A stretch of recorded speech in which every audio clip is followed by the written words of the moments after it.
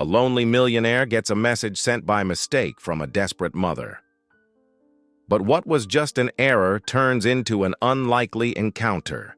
The New York City never sleeps, but Michael Carter slept even less. In the silent penthouse in the Brooklyn neighborhood, everything was glass and steel. Modern, imposing, untouched. In the living room, only the bluish glow of the television was on, muted. The digital clock read 2:47 a.m. Michael had been awake since 5 a.m. the previous morning. It was always like this. 3 glasses of whiskey, a gourmet plate untouched, and his eyes fixed on the ceiling. At 42, owner of a network of private medical centers and hospital technology companies, Michael Carter was the kind of man whose schedule allowed no mistakes, except emotional ones.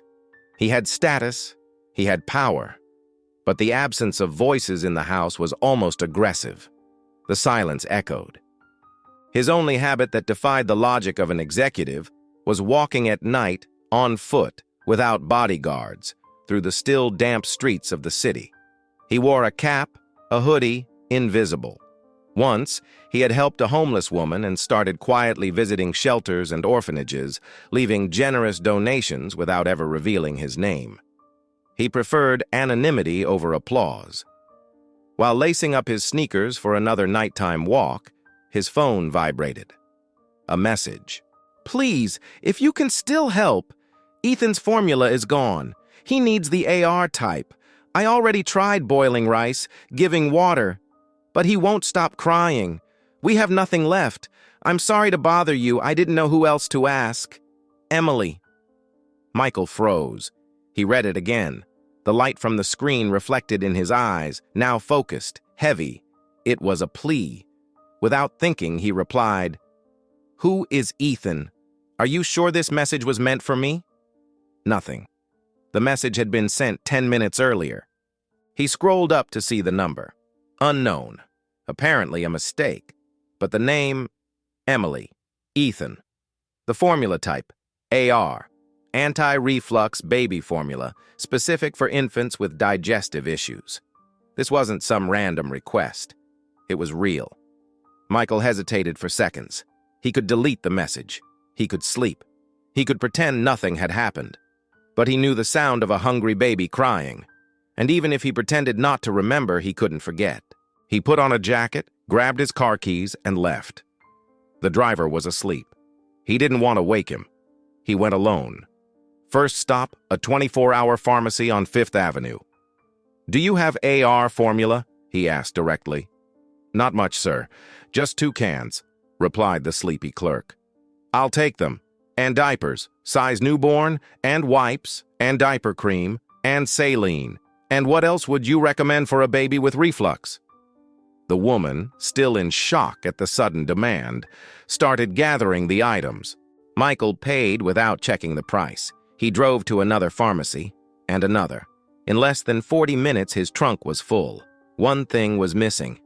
Where was Emily? He went back to the message, zoomed in on the profile picture.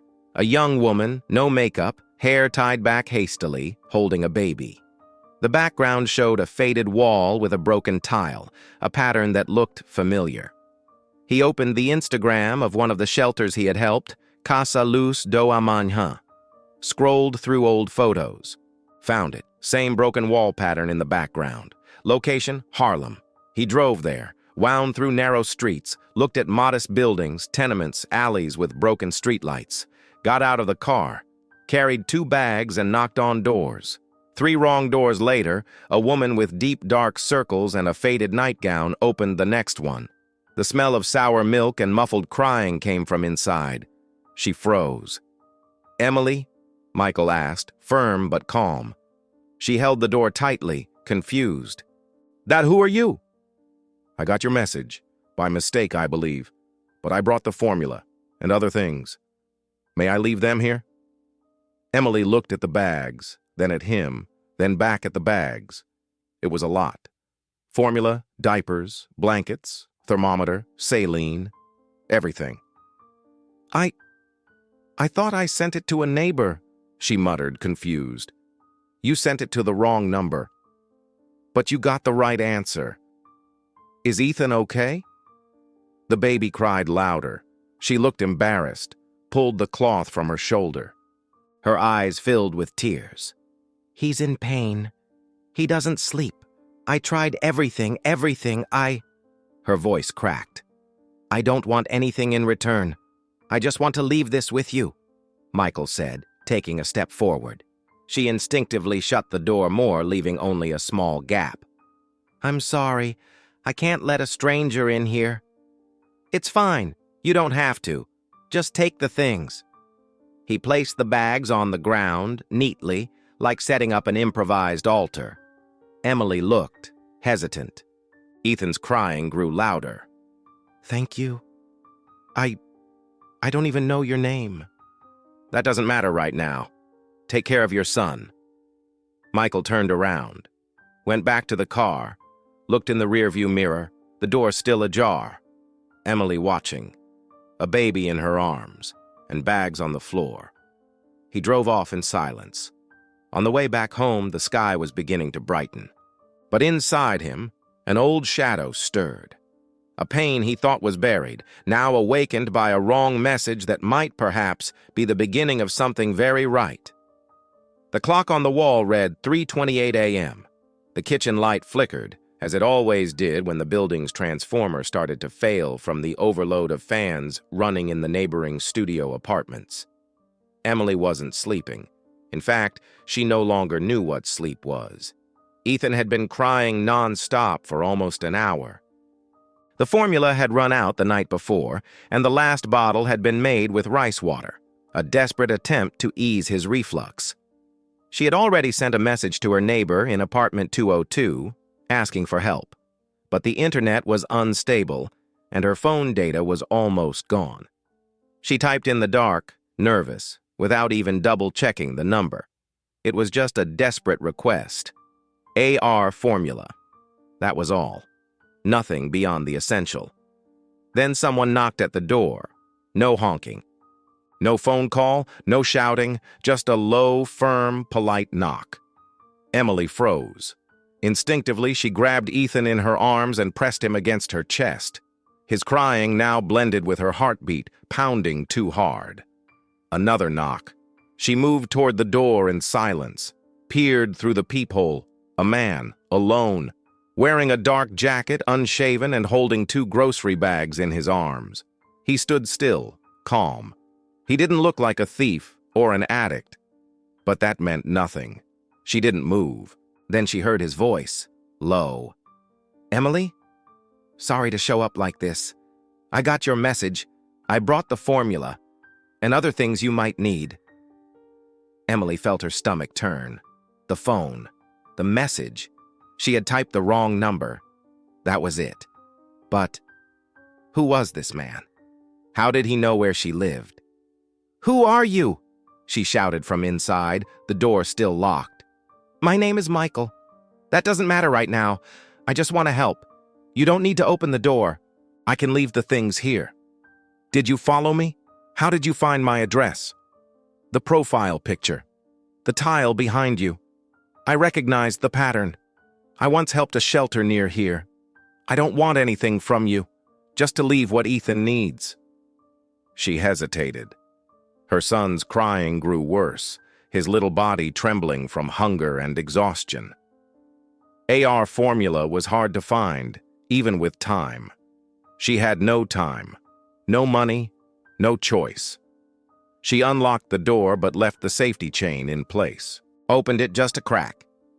Show me what you've got, she said, her voice breaking.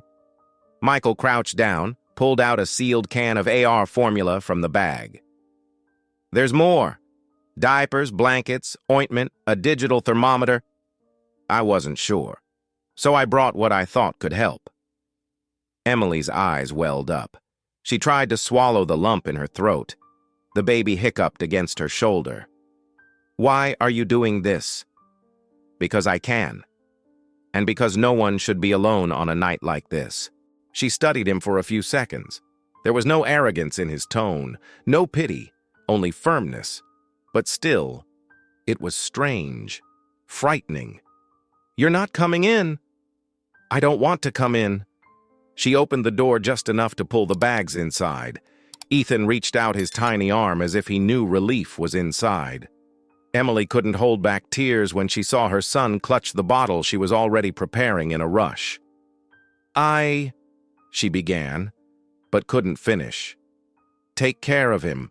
That's all that matters now," Michael said, already stepping back. She wanted to ask who he really was, what he did, why he cared. But all of that hung in the air, swallowed by the sound of plastic bags being torn open, formula being prepared, and a cry that was finally starting to quiet down. Michael turned his back, walked back to the car parked discreetly at the corner. He didn't look back. He didn't want to frighten her more than he already had. Emily locked the door again, sat on the floor with Ethan in her arms, nursing greedily. Little by little, silence returned. And for the first time in hours, Ethan slept. And for the first time in days, Emily did too. It was nearly 9 a.m. when Emily woke up with her phone in her hand. Sunlight streamed diagonally through the living room window. Ethan was still asleep in the makeshift crib beside her. She unlocked her phone. No new messages. No reply from the stranger of the night. So she decided to do something she never thought she would. She wrote to him. "Hi, I just wanted to thank you. I don't know how you knew or why you helped, but thank you. From the bottom of my heart. Ethan slept through the night. You saved us." She sent it. Waited for the read receipt. Nothing. Minutes passed. An hour. 2. No reply. Emily looked at her sleeping son, then at the half-full bags in the corner of the room. There was something strange about that man, but, as contradictory as it was, she didn't feel afraid now. She felt curious.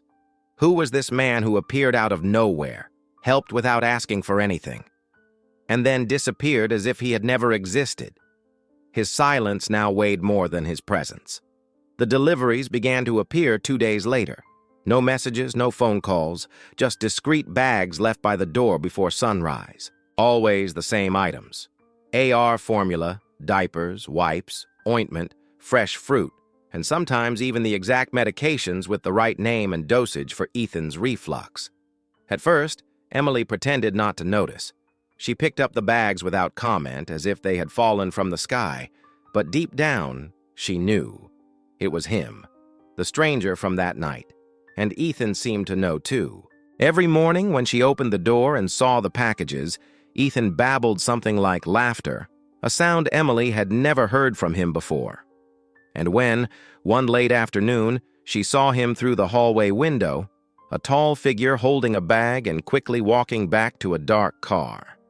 Ethan clapped his tiny hands in the air, as if he recognized the scent, the sound of the footsteps. She wanted to run after him, but she didn't. Instead, she began leaving something at the door. A cup of coffee, sometimes a tortilla wrapped in foil, a note with a simple, "Thank you." She never received a reply. But the next morning, the bag would be there, and the empty cup would be gone.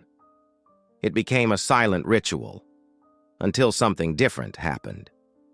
On the coldest night of the month, Emily noticed that the old, noisy heater she had given up on using was working. It wasn't sputtering, it wasn't sparking, it was warm. "How?" she murmured to herself. She looked at Ethan, wrapped in a new blanket that wasn't hers either, sleeping peacefully. The next day, she found a note tucked between the bags. "The technician came yesterday. I fixed the heater. You don't need to give anything back. Just take good care of him." She held the paper as if it were a confession. The following week, he knocked on the door for the first time since that night. It wasn't the middle of the night this time. It was late afternoon, the orange sun cutting across the crooked rooftops of the neighborhood. Emily opened the door with the baby in her arms. "Hi," he said simply. "I brought more formula, and I noticed Ethan has some spots on his skin. Might be dermatitis. I brought a fragrance-free dermatological moisturizer." She looked at the man more closely than before. He was elegant, even disguised in simple clothes. He had careful hands, tired eyes, but not the eyes of someone who doesn't sleep. The eyes of someone who carries too many memories. "Are you a doctor?" she asked, taking a chance. He gave a slight smile. "No, but I know many." "Why?" she pressed. "Why do you know exactly what to bring? How do you know my son's name? How do you know about my life?" He hesitated, looked at Ethan, then back at her. "Because I listened. That night, I listened to what no one else did, and I couldn't forget." She didn't reply. She just nodded slightly, opening the door a little wider. "Do you want to come in?" He shook his head. "Not yet." Emily let out an awkward laugh. It was the first time they laughed together, even briefly. "Can I at least know your name?" Michael took a deep breath. "Michael. Michael Carter." The name landed like a muffled thunder. She had heard it before. Of course she had. It was the name written on the boxes of donations that sometimes arrived at shelters around the city. It was the name mentioned on TV when they spoke of the philanthropist businessman. It was the name of one of the wealthiest and most discreet men in the city. She blinked, confused. "Michael Carter? The clinic's one?" He nodded. "But why? Why here?" "Because here I listen. There, everyone talks, asks, negotiates. Here, no one expects anything. And I wanted to help someone who wasn't expecting me." Silence settled again. Ethan babbled a sound and stretched his hand toward Michael's face. He touched the baby's fingers gently. Ethan smiled, and that was when Emily stepped back half a pace. A jolt of fear, an inner discomfort she couldn't explain. She was getting used to him, to the deliveries, to his presence, and that scared her more than his absence. "You need to stop," she said, lowering her eyes. "I don't want you to bring things anymore. I can manage." Michael didn't argue. He just took a deep breath, looked at Ethan one more time, then at her. "If that's what you want, I respect it." He turned and left. No drama, no questions. The next morning, the doorway was empty. No bag, no note, no trace of coffee being taken away. The hallway was cold, and for the first time in days, Emily felt the weight of emptiness. The silence now was different. It was absence. She thought about writing, about saying she regretted it. But she didn't write. Not yet. Maybe, if he wanted to come back. She would leave the door slightly open. Just a little. The days that followed were silent, but not like before. It wasn't the ordinary silence of the night, nor the muted television while Ethan slept. It was the silence of someone who had left behind a space and taken something with them. Michael's absence was tangible. The bags no longer came. The thermoses of coffee Emily left at the door remained untouched by morning. She pretended everything was fine, that she'd manage, that she didn't need his help. But her body didn't pretend so well. She was exhausted. Her arms ached from carrying Ethan back and forth, trying to soothe his cries. The formula she had managed to buy with what little she earned from selling clothes at the thrift shop on the corner was running out. And her son's gaze, once calm, now seemed distressed, watery eyes, hot skin. On the fifth night, Ethan began coughing. At first it was mild, then came the fever, constant crying. His reflux worsened. He vomited everything he drank. Emily tried everything: a warm bath, compresses, an expired shot of penicillin her neighbor swore still worked. Nothing. And then she did what she swore she wouldn't. She unlocked her phone, searched for Michael, and wrote, "Please forgive me. I need help. Ethan is sick. I tried. But he needs you." The message stayed there, a blue check, seen, but no reply. Minutes felt like hours. And as Emily began to cry in silence, sitting on the floor with her feverish son in her arms, she heard a knock at the door. It was him. No words, no smile. He just stepped inside. With a wrinkled shirt, tired face, and a backpack on his shoulders, Michael crossed the threshold like someone returning to a place he should never have left. "Where is he?" he asked. Emily led him to the bedroom. Little Ethan, pale, whimpered weakly. Michael knelt by the bed. He placed his hand on the baby's forehead, then pulled a digital thermometer from his backpack. 103.6, he murmured. "He's in crisis." "I tried," Emily choked out. "I did everything." "I know," Michael said calmly. "Now let me try too." Within minutes, he prepared a new bottle with formula and specific medication. He changed the baby carefully, cleaned his eyes, laid him in a new position, and turned on a small portable humidifier he had brought. Ethan whimpered a little longer, then stopped. Michael sat on the floor, leaning against the wall, holding Ethan wrapped in a new blanket. The baby fell asleep. Emily watched him, unsure if she felt relief or shame. "How did you know what to do?" she asked softly. "I once had a daughter. She cried like this too. She had crises." Emily sat on the floor across from him. The silence returned, but now it was different. The silence that comes after a storm. "And she ventured. She didn't survive. She was 3 months old, fragile, and I was an idiot, too busy to be there. When I lost her, I started trying to help others. I thought by donating money, equipment, I could make amends. But it was never really me. I just wrote checks." He looked at Ethan sleeping in his arms. "Until that message, that night, that woke me up." Emily studied him carefully. For the first time, she saw Michael not as a wealthy, distant man, but as someone broken, someone who had cried in the dark, someone who had lost. "Why did you keep coming?" she asked.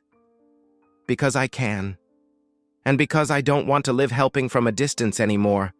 Because this," he looked at her directly, "is the closest I've ever been to something that feels real." Emily's chest tightened. She didn't answer. She just moved closer and adjusted the blanket over Ethan. Her hand brushed Michael's unintentionally, or maybe not so unintentionally. He didn't pull away. The child slept between them, a fragile, silent bond now protected. For a few minutes, they stayed like that. Two strangers bound by a string of coincidences that, little by little, began to make sense. And when Emily finally spoke, it was almost a whisper. "Will you stay until he gets better?" Michael didn't hesitate. "I'll stay as long as you need me to." The neighborhood had stopped pretending it didn't see. The looks came heavy with judgment. Whispers murmured behind half-closed curtains and slightly ajar doors. But Michael didn't care. He was there every single day, without exception. Sometimes in a shirt rolled up at the sleeves, other times in a plain t-shirt, hair still damp from the rain. He brought grocery bags, held Ethan in his arms, went to medical appointments, washed dishes, fixed whatever was broken. And little by little, what had once seemed strange became routine. A new rhythm was born in that cramped apartment. Emily began sleeping better, eating better, breathing. Ethan, now a few months older, smiled more often. His eyes followed Michael with that innocent adoration only babies can have, as if, deep down, he knew this man was more than just a new presence. He was a harbor. One afternoon, after a tiring appointment at the public clinic, Ethan had a slight fever. Emily was irritable, exhausted. She tried cooling her son's forehead with a damp cloth while blaming herself for not bringing the thermometer. Michael, beside her, held the baby's hand with the same silent patience as always. "Sometimes I wonder if I'm a good mother," Emily said, her voice hoarse with fatigue. Michael didn't answer right away. He looked at her with tenderness and said, "I see the way he looks at you. That answers everything." That's when it happened. No rehearsal, no music, no announcement. The kiss. It wasn't intense or long. It was a lingering touch, full of respect, as if they were saying, "Now I understand." After that, Silence returned, but a new kind. A silence of acceptance. The days that followed were even lighter. Emily caught herself laughing at silly things. The three of them had small meals together, watched children's shows, played with Ethan on the floor.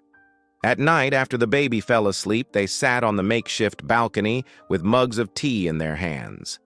They spoke little, and it was enough. But on that particular night, Emily finally asked, "Have you ever had someone?" Michael took his time to answer. He sipped his tea, stared at the street below. "I had a wife, but what bound us was pain, not love. After we lost the baby, each of us sank into our own silence. And one day, she left. I let her." Emily said nothing.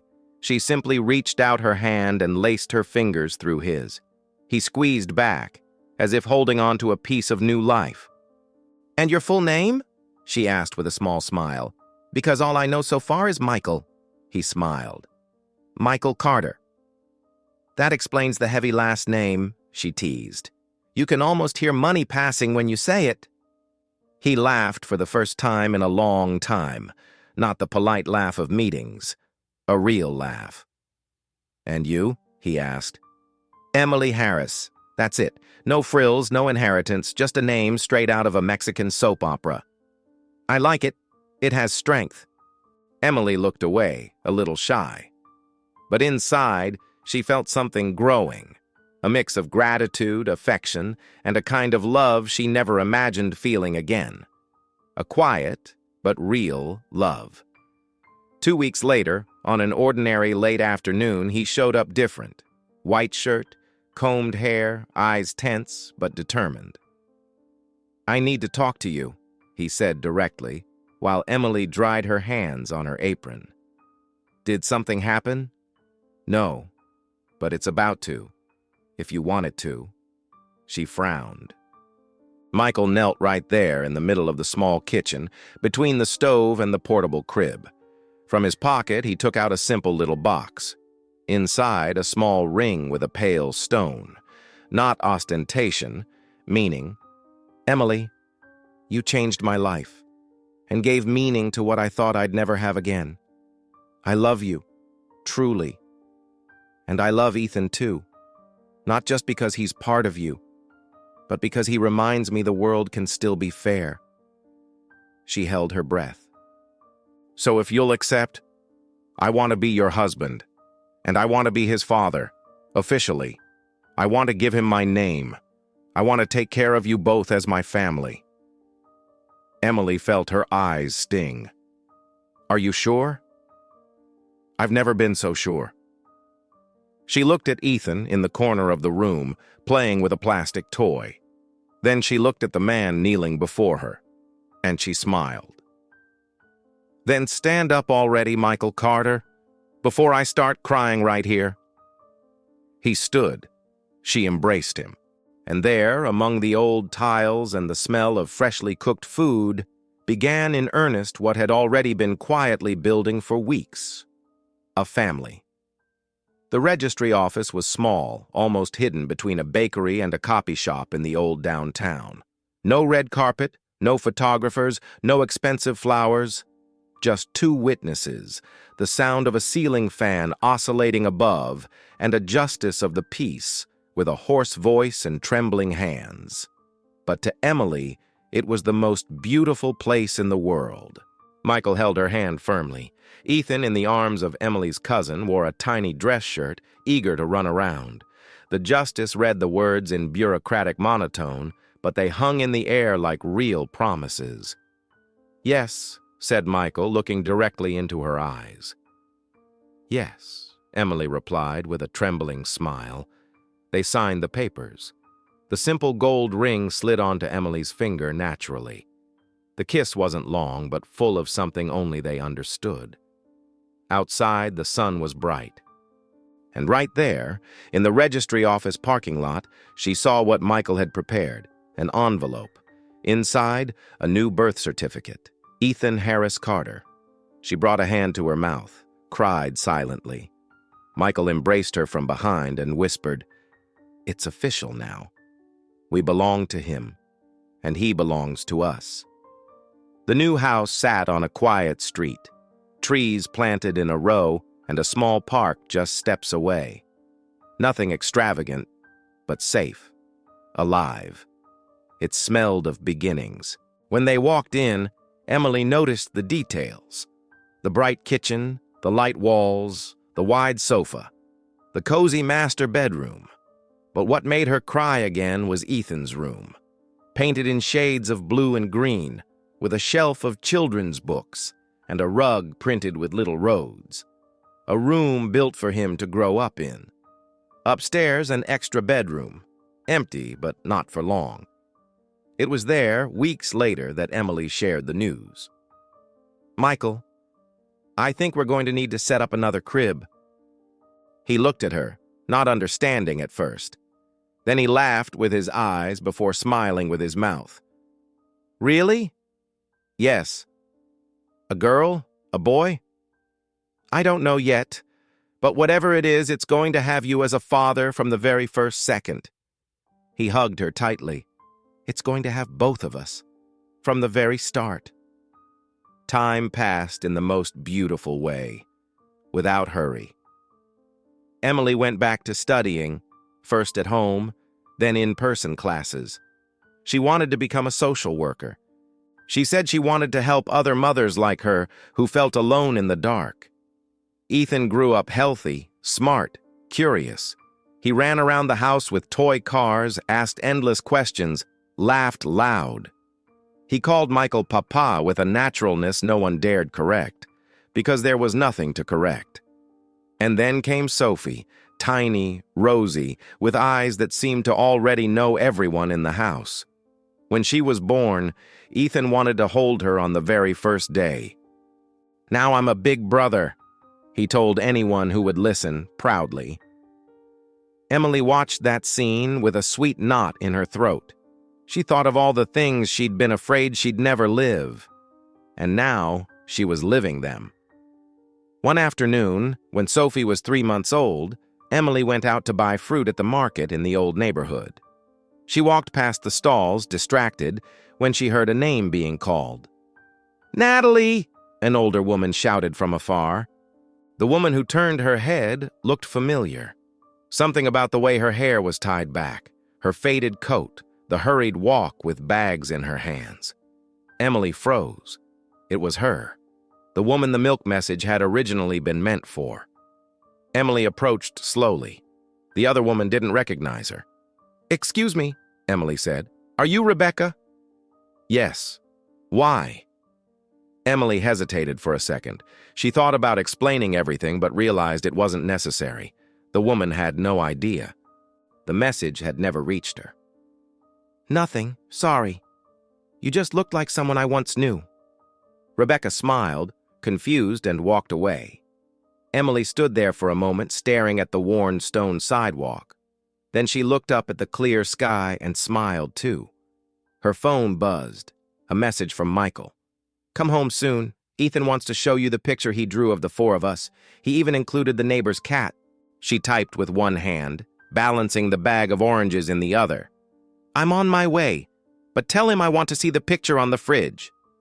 She put the phone away, took a deep breath, and thought, for the 1,000th time, it was the most right mistake of my life.